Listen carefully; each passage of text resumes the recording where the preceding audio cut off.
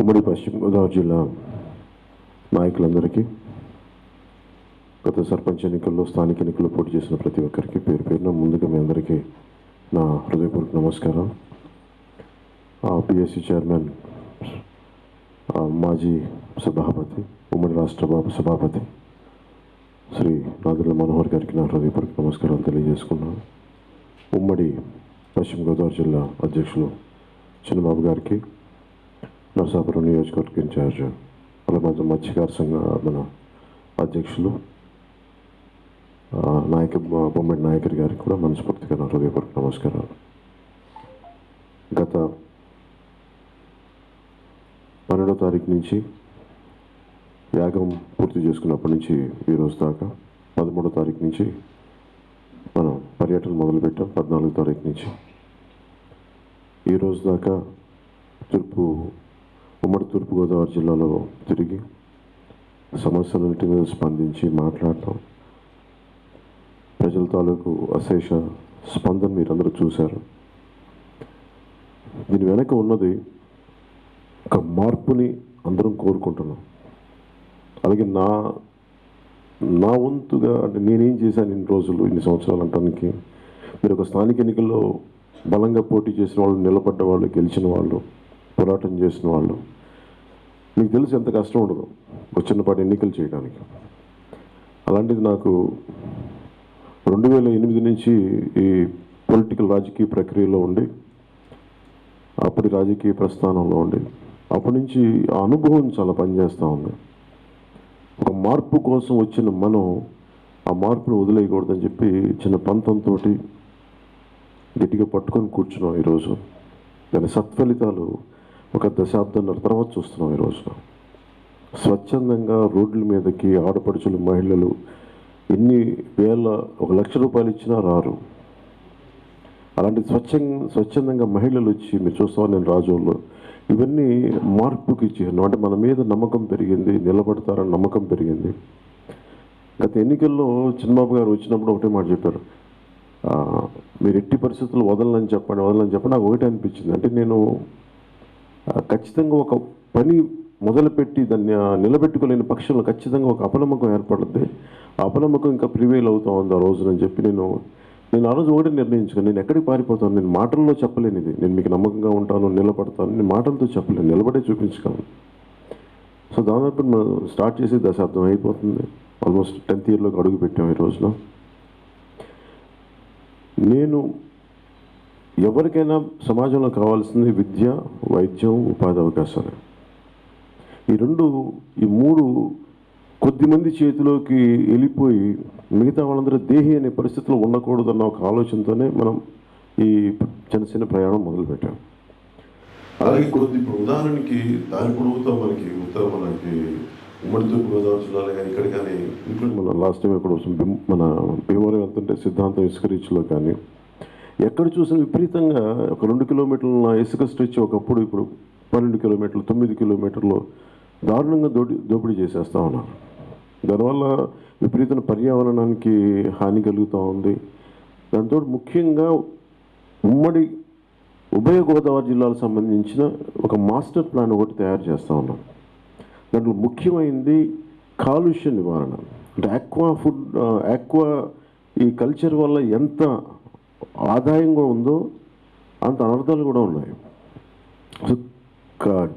కష్టమైంది ఏంటంటే ఈ ఆదాయం పోకుండా కాలుష్యాన్ని తగ్గే మార్గాలు ఎలా చేయాలి, దాని మీద ఒక టీంతో అధ్యయనం చేస్తూ ఉన్నాం.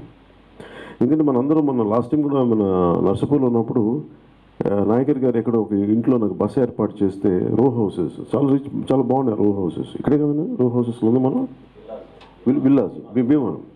అండ్ టోటల్ ఎక్కడికి వెళ్ళిన తూర్పుగోదావరి జిల్లాలో ఉభయ గోదావరి జిల్లా వెళ్తే నీళ్లు ఆల్మోస్ట్ మెజారిటీ గ్రామాల్లో కానీ దీంట్లో కానీ నేను భీమవరంలో ఎక్కువ చూశాను. మరి నీళ్లు పచ్చగా వచ్చేస్తున్నాయి. చాలా విపరీతమైన చర్మ రోగాలు కానీ, అవి ఇంటర్నల్గా మన ఆర్గాన్స్ ఫెయిల్ అవ్వటం, కిడ్నీ డిసీజెస్ ఎక్కడో ఉద్దానంలో అనుకుని ఇక్కడ కూడా వచ్చేస్తూ ఉన్నాయి. సో ఒకటి భవిష్యత్తులో మనకి హెల్త్ అనేది చాలా మేజర్ ఫ్యాక్ట్ అయిపోతుంది, ముఖ్యంగా ఉభయ గోదావరి జిల్లాలో. మనం ఈ పచ్చదనాన్ని, ఈ కొబ్బరి చెట్లని, ఈ ఆక్వా ఆదాయాన్ని మనం గ్రాంటెడ్గా తీసుకోలేము. ఎక్కడో దీన్ని మన ఉపాధి అవకాశాలు కోల్పోకుండా ఆదాయం రావాలి. సో దీని మీద ఒక మాస్టర్ ప్లాన్లో ఒక కార్యాచరణ సిద్ధం చేస్తున్నాం. అలాగే ఇన్ని దివ్యక్షేత్రాలు ఉన్నాయి 2 ఉభయ గోదావరి జిల్లాలో.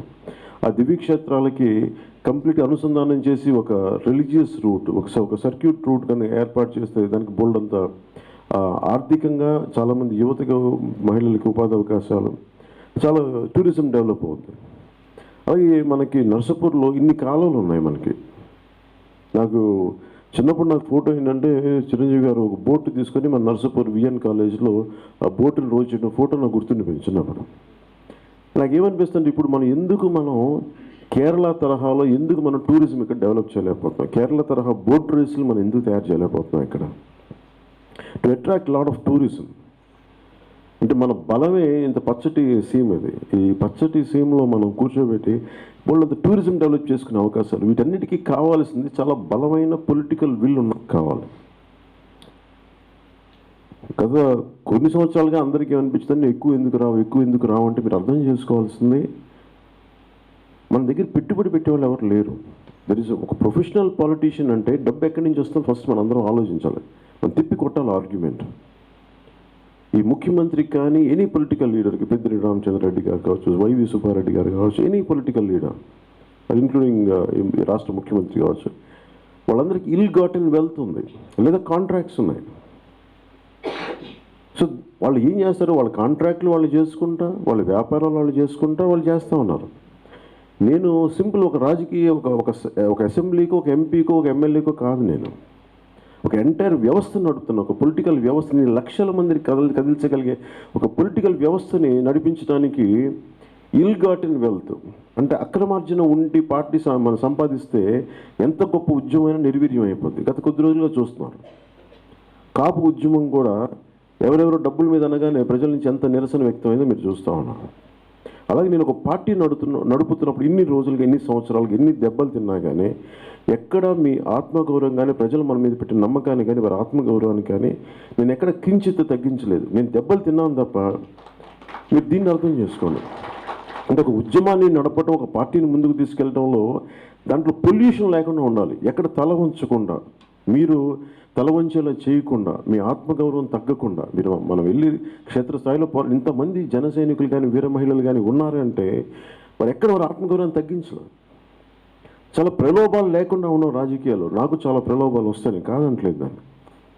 కానీ అవన్నీ నేను పట్టించుకున్నాను. అవన్నీ ఎందుకంటే నేను ఎన్ని లక్షల కోట్లు ఇస్తే ఇంత అశేష జనాభిమానం వస్తుంది?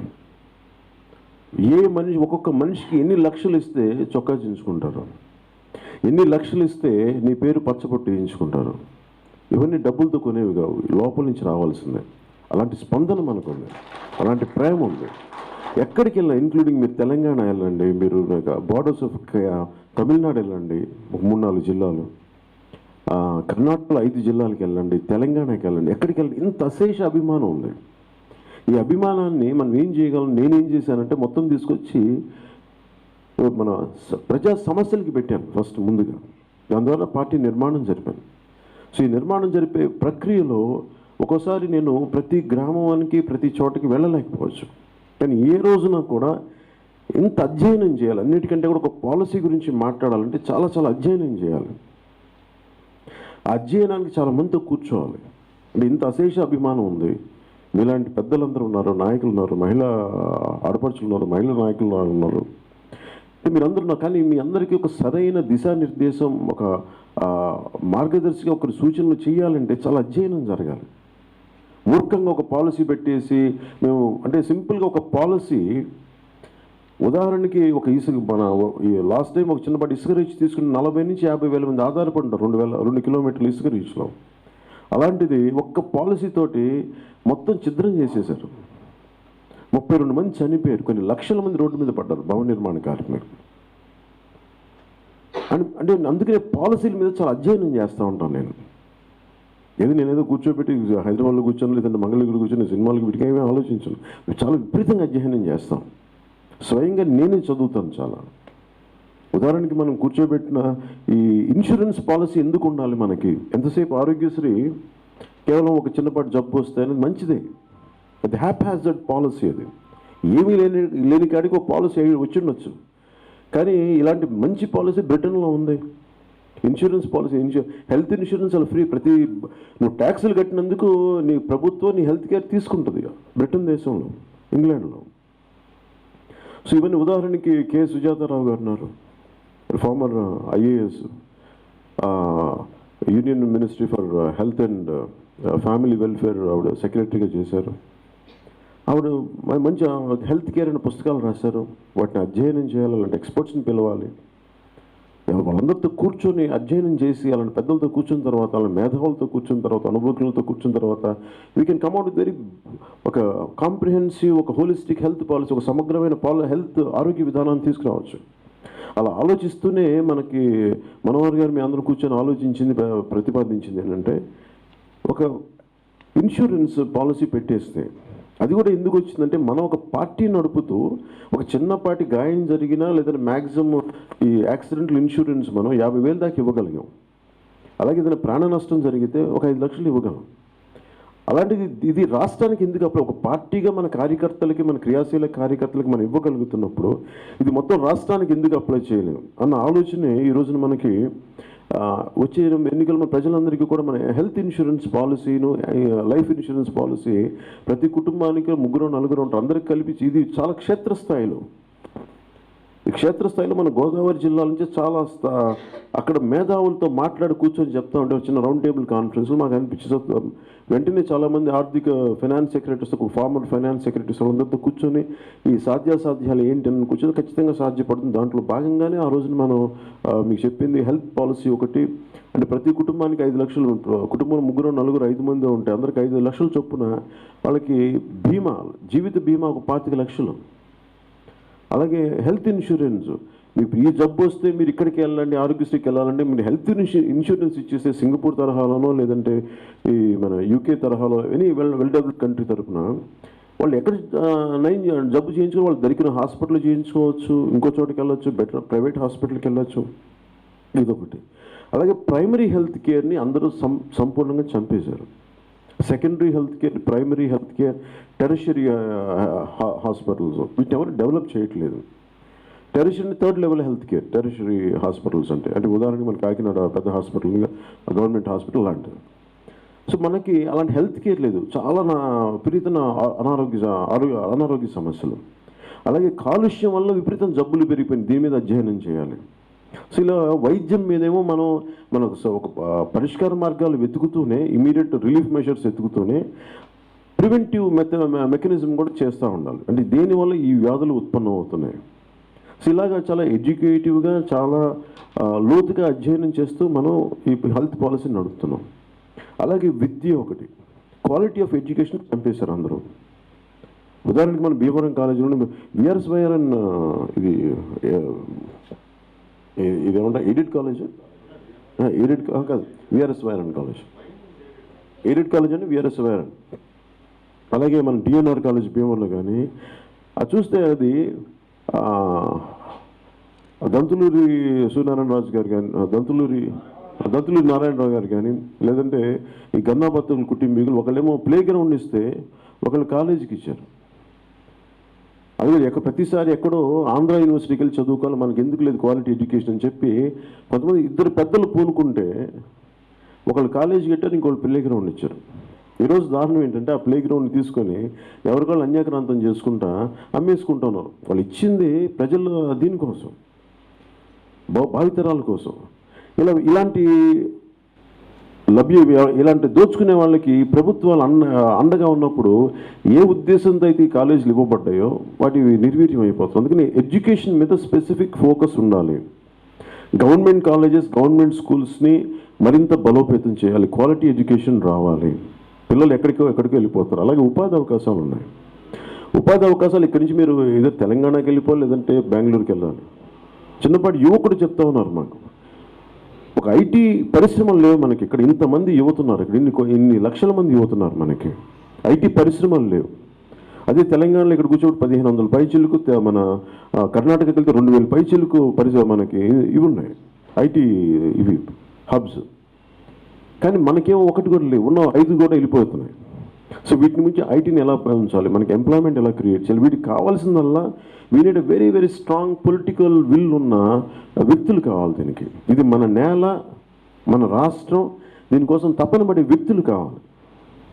ఒక గోదావరి మీద ఒక ఆనకట్ట నిర్మించాలంటే సరే ఆర్థర్ కాటన్ ఒక్కడు పూనుకుంటే జరిగిపోయింది.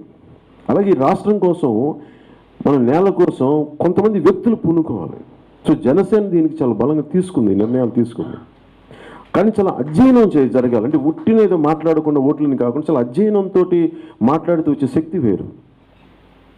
అందుకే నాకు ప్రధానమంత్రి గారితో కానీ మిగతా జాతీయ స్థాయి నాయకులందరితో ఉన్న పరిచయాలని నేనేం చేయగలను? నాకు ఒక ఎంపీ పోస్ట్ కోసమో లేదంటే నాతో పాటు ఉండే వాళ్ళకి ఒక చిన్న పదవుల కోసం నేను దాన్ని తాకట్టు పెట్టను. అవి ఏదైనా నిజంగా కూర్చున్న మనకి పొల్యూషన్ ఎక్కువైపోయింది. గోదావరి జిల్లాలో మన కాలువల్లో పూడికలు తీయాలి.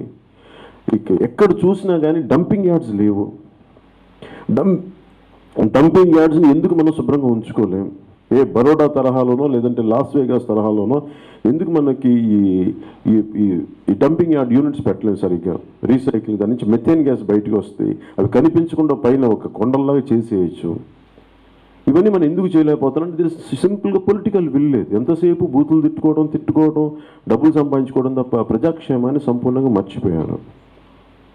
ఇది మనస్ఫూర్తి చెప్తాను. ఈ పీడ నుంచి మనం వదిలించుకోవాలి, కొత్త తరాన్ని అండగా ఉండాలంటే నేను నిర్ణయించుకుంది ఒక బలమైన పార్టీ పెట్టాలి, దీనికోసం నిలబడాలి. అది నేను గోదావరి జిల్లాలో అనుకుని మొత్తం ఆంధ్రాను అనుకున్నప్పటికీ మొత్తం మీద ఇంకా చెప్పిన తెలంగాణ కూడా అనుకుంటున్నాను. కానీ నాకు అనిపించింది ఈ రోజున ముందుగా ఒక యుద్ధం చేసేటప్పుడు ఛత్రపతి శివాజీ మహారాజు కూడా ఔరంగజేబు మీద యుద్ధం చేసేటప్పుడు చిన్న గెరిల్లా యుద్ధాలు చేసేవాడు. కొద్దిగా అక్కడ ఇక్కడ చిన్న కోటలు ఫస్ట్ కొట్టేవాడు. అలాగే ఉభయ గోదావరి జిల్లాలో ఖచ్చితంగా ఇక్కడ అందరు దృష్టి దీని మీద పడింది. తెలంగాణ నాయకులు అందరు తిట్టి మీ పచ్చదనం ఉంది, మీ కాలాలు ఉన్నాయి, మీకు పంట పొలాలు ఉంటాయని. కానీ నేను పెట్టుకుంది ఫస్ట్ దీన్నే విముక్త ప్రాంతాలుగా ప్రకటిద్దాం. నేను అంటే 34 అసెంబ్లీ స్థానాల్లో ఒకటి నిర్ణయించుకుని, చాలామందికి అసమంజసంగా ఉండొచ్చు, ఇంకోటి ఉండొచ్చు, ఎక్కడో చోట ఒక గోల్ పెట్టుకోకపోతే ముందుకు వెళ్ళలేము. ఒక్క సీటు కూడా ఇక్కడ వైసీపీ గెలవకూడదు, అదొకటి గోల్ పెట్టాను. దానికి కొంచెం కష్టంగా ఉండదు ఈ గోల్ ఎలా సాధ్యపడుద్ది అనేది. అసలు ముందు ఏదైనా ఆలోచించనే కదా సాధ్యం. అసలు ముందు మీరు ఒక ఆలోచన పెట్టకుండానే ఎలా దాని ముందే నాకు అలా లేదు. నేను పార్టీ పెట్టినప్పుడు ఎలా నడుపుతా పార్టీని అడిగాను. అసలు నడిపించి చూపిస్తే మీరు పుట్టగానే ఎవడు ముదురుగా పుట్టడు కదా. పుట్టగానే అందరూ వైవి సుబ్బారెడ్డి తెల్లగడ్డంతో పుట్టరు కదా. సారీ అంటే అలాగే మాట్లాడుతూ మీ దగ్గర ఎవరు లేరు పెద్ద స్థాయి నాయకులు ఎలా పుడతారు? వైవి సుబ్బారెడ్డి గారిని జగన్ గారు కానీ పుట్టగానే జగన్ రెడ్డి గారు పుట్టగానే ముఖ్యమంత్రిగా పుట్టలేదు. ఆయన చేసిన అలర్లన్నీ చేశాడు, దారుణాలన్నీ చేశాడు. ఆయన ఎస్ఐని కొట్టాడు. మనం అలా ఏం చేయట్లా. మనం చాలా కమిట్మెంట్తో నిలబడి ఉన్నాం. అదే వయసులో అతను ఎస్ఐలు కొడుతుంటే మనం అధ్యయనం చేసుకుంటా ఉన్నాం. మనందరం చిన్న బాధ్యతగా పెరుగుతూ ఉన్నాం. ఆయన 18-19 ఏళ్ల వయసులో ఆయన ఫ్రెండ్స్ హంటింగ్కి వెళ్తున్నారని చెప్పి వాళ్ళ వెపన్ సీజ్ చేశారంటే పోలీస్ స్టేషన్లో ఎస్ఐని లోపల పెట్టి కొట్టాడు ఆయన. అదే కంటిన్యూ అవుతుంది ఈ రోజుకి. ఆ వైసీపీ నాయకులు అదే ప్రేరణగా తీసుకుని వాళ్ళ మంత్రుల పిల్లలు కూడా ఎస్పీలు డిఎస్పీలు కొడుతున్నారు. మనం ఇలా చేయట్లా. చాలా బాధ్యతగా పెరిగాం మనందరం. మన సగటు మధ్యతరగతి కుటుంబాల నుంచి వచ్చిన మనకు భయం ఉంటుంది. వ్యవస్థ అంటే చట్టాలంటే గౌరవం ఉంటుంది. సో గౌరవం లేని వాళ్ళు, చట్టాల మీద భయం లేని వాళ్ళు మనం పాలిస్తూ ఉంటే నాకు ఒకటి అనిపిస్తుంది, ఎదురు తిరగాలాగా. నోటికి ఇష్టం వచ్చినట్టు మాట్లాడితే, ప్రప్రథమంగా హక్కుల గురించి మాట్లాడితే ఎవరి హక్కు అయినా సరే, మీ హక్కులు కానీ నా హక్కులు కానీ మీ ఎదుటివారి హక్కులు భంగం కలిగించినంత వరకే. సో మనం చాలా ఎడ్యుకేట్ అవ్వాలి. కాన్స్టిట్యూషనల్ లా మీద కానీ క్రిమినల్ లా మీద కానీ ప్రతి ఒక్కరు ఎంతో కొంత ఒక అవగాహన ఉండాలి దీని మీద. అంటే ఆడపిల్లలు ఉన్నారు, మీరు కూర్చోబెట్టి మీరు చూశారు మన బాపట్లలో ఒక 15 ఏళ్ల కుర్రాడిని చెరుకు తోటలో తీసుకెళ్ళి కాల్ చేస్తే మనం ఎవడు మాట్లాడరండి. పోలీసులు యాక్సిడెంట్ జరిగిన అలా వదిలేసుకుంటూ వెళ్ళిపోతే పొద్దున మన ఇళ్లలోకి రాదని గ్యారంటీ ఉంది. మన ఇళ్లలోకి వస్తుంది, అది మన ఇళ్లలోకి వచ్చేస్తుంది. మార్టిన్ నిమోలర్ అని ఒక జర్మన్ ప్రీస్ట్ హిట్లర్ వచ్చినప్పుడు మొత్తం లేపేశాడు. హిట్లర్ గొప్పోడు, మహానుభావుడు, ఇట్లా లేపేశాడు. ఆయన ఫైనల్గా ఆయన ఏం చేశాడంటే సమాధి లాకర్లో రాయించుకున్నాడు, ఒక శిలాఫలకం రాయించుకున్నాడు. వాళ్ళు కమ్యూనిస్టుల కోసం వచ్చినప్పుడు నేను మాట్లాడలేదు, నేను కమ్యూనిస్ట్ని కాదని. వాళ్ళ సోషలిస్టుల కోసం వచ్చినప్పుడు నేను మాట్లాడలేదు, నేను సోషలిస్ట్ని కాదని. వాళ్ళ కార్మిక సంఘాల నాయకుల కోసం వచ్చినప్పుడు నేను మాట్లాడలేదు, కార్మిక సంఘాల సంబంధం లేదని చెప్పి. వాళ్ళు జ్యూస్ కోసం వచ్చినప్పుడు నేను నోరెప్పలేదు, ఎందుకంటే నేను జ్యూని కాదని కాబట్టి. నా కోసం పోలీసులు వచ్చినప్పుడు ఒక్కళ్ళు కూడా నోరు మెదపలేదు, ఎందుకంటే నా కోసం మాట్లాడడానికి ఎవరు లేరు. ఒక తప్పు జరుగుతుంది, ఎదుటి వాళ్ళకి తప్పు జరుగుతుంది, మనం నోరు ఎత్తకపోతే రేపొద్దున మనకు వచ్చినప్పుడు మనకి ఎవరు రారు. మన కులం కాదు, మన ప్రాంతం కాదు, మన ఏరియా వాడు కాదు, మన వార్డోడు కాదు అనుకోవటం కాదు. ఇది మనందరి సమస్య. ఇది ఇలాంటి వ్యక్తులకి, దుశ్చర్యలు చేసే వ్యక్తులకి వైసీపీ నాయకులు ప్రేరణగా ఉన్నప్పుడు సమాజం సంపూర్ణంగా నాశనం అయిపోతుందని అర్థం. మనందరికీ బాధ్యత ఏముంటుంది? మన భీమంలో కానీ ఇక్కడ కానీ మీరు ఇన్ని కాలాలు ఉన్నాయి, మొత్తం డంపింగ్ యార్డ్స్గా అయిపోయినాయి. ప్లాస్టిక్ బాటిల్ తాగని అక్కడ పడేస్తే దాన్ని కొట్టుకుంటూ వెళ్ళిపోతున్నాయి. జబ్బులు ఎందుకు రావు? దీని గురించి మాట్లాడే వాళ్ళు ఎవరు లేదు. ఎవరో ఒకరు, నేను మనస్ఫూర్తిగా చెప్తాను, నేను ఉభయ గోదావరి జిల్లాలకు సంబంధించి నేను మనస్ఫూర్తిగా చెప్తున్నాను, మీకు నేను పూజించే దేవి సాక్షిగా చెప్తున్నాను. నేను బాధ్యత తీసుకున్నాను. ఈ ఉభయ గోదావరి జిల్లాలని ఖచ్చితంగా కాపాడాలి, నిలబడాలి, అభివృద్ధి చేయాలి. దీంట్లో చాలా డీప్ కమిటీ, ఎందుకంటే మనం ఇంత యువతని ప్రేరణ తీసుకునే మనం నిలబడే యువత మిగతా పార్టీస్కి లేరు. స్వచ్ఛందంగా వస్తారు మన కోసం. ఆ ఇంధనాన్ని వాడాలి. ఆ యువత తాలూకు శక్తిని, ఆ ఇంధనాన్ని వాడుకొని దాని అభివృద్ధికి దోహదపడితే చాలా అద్భుతంగా ఉంటుంది. సో దానికోసం నేను కట్టుబడి ఉన్నాను, నిలబడి ఉన్నాను. నేను కోరుకునేదల్లా మీరు భవిష్యత్తును చూడండి. ఈరోజు మనకి మీ కొత్త జీవితాలు అవసరం లేదు. ఆల్మోస్ట్ మీరు అందరూ ఒక మిడ్ 30s ఉన్నారు మీరందరూ. ఇంకా మనం కూర్చొని వచ్చే తరానికి ఏదైనా చేయూతను అందించి ఆ బ్యాటన్ వాళ్ళకి అందించగలిగితే నిజంగా మన జీవితం ధన్యం అవుతుంది. ఒక శుభ్రమైన గాలి, మంచి విద్య, మంచి వైద్యం, చక్కటి ఉపాధి అవకాశాలు కానీ కల్పించగలిగితే చాలా అద్భుతంగా ఉంటుంది. సో దీన్ని దృష్టిలో పెట్టుకొని మీరు అందరూ సంపూర్ణంగా అర్థం చేసుకుంటారు. అలాగే ప్రతి ఒక్కరిని, ఇది ఒక రోజులో అయిపోయేది కాదు ఈ మీటింగు. ప్రతి మండల స్థాయిలో కానీ లేదంటే ప్రతి పంచాయతీ స్థాయిలో కూడా కూర్చొని కలుస్తారు. ముందుగా మండల స్థాయిలో మీటింగ్స్ చేసిన తర్వాత ముందు మీటింగ్స్ చేసుకుంటూ వెళ్తాం. ప్రతి ఒక్కటి కలుస్తాను మేము ప్రత్యేకించి. అందుకని నన్ను అర్థం చేసుకుంటా, నన్ను మీరు ఆశీర్వదిస్తారని తెలియజేసుకుంటూ సెలవు తీసుకుని జాగ్రత్త.